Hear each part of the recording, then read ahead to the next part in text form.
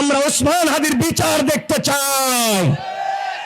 আবেগের বক্তব্য দিচ্ছেন, তোমাকে বিদায় দিতে আসি না, এই সকল কথা অন্য লোকেরা বলবে, আমি বলবো, সাধারণ লোক বলবে, রাষ্ট্রের দায়িত্বতে থাকবে, তে দীপ্ত কণ্ঠে বলবে তোমার বিচার করব, তোমার আসামিদেরকে ধরে দৃষ্টান্তমূলক শাস্তি দেব, এতদিনের আলটিমেটাম দিলাম, চেষ্টা করব। এটা হবে রাষ্ট্রের প্রধানের বক্তব্য। রাষ্ট্রের প্রধান কোনো আবেগ দিবে না, ঠিক না? ভুয়া আবেগ আমরা শুনতে চাই না। আবেগ মোটিভেশন দেওয়ার বহুত লোক আছে, ওটা পাড়া মহল্লার লোক ওই কথা বলবে।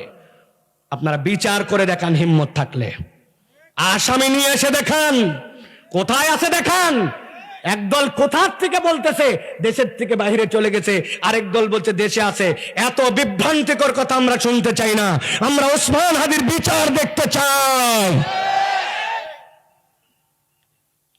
প্রিয় ভাইয়েরা, আপনারা শপথ নেন আল্লাহ রাব্বুল আলামিনের জন্য ডেডিকেটেড হওয়ার, কোরআনের জন্য ডেডিকেটেড হওয়ার।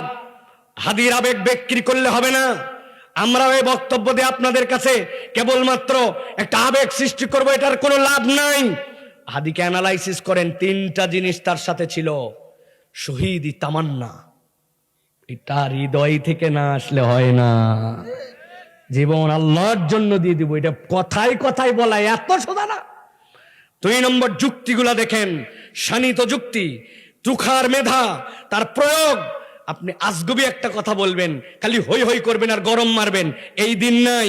আপনার যুক্তির পিঠে অকাট্যতা এবং আপনার দালিলিক ভিত্তি থাকা লাগবে, ঠিক না? 3 নম্বরে ইনসাফ, মানসিকতা। আল্লাহ বলেছেন ইন্নাল্লাহা ইয়ামুরুকুম বিল আদলি ওয়াল ইহসান। আল্লাহ দায়িত্ব দিয়েছেন তোমাকে আদালতের পক্ষে থাকতে হবে। You will be the last person, তুমি হবে পৃথিবীর শেষ ব্যক্তি।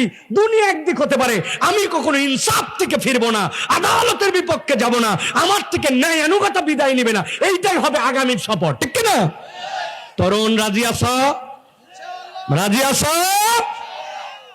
আল্লাহ কবুল করবেন, আল্লাহুম্মা আমিন। আমরা ওসমানের জন্য দোয়া করবো ইনশাআল্লাহ।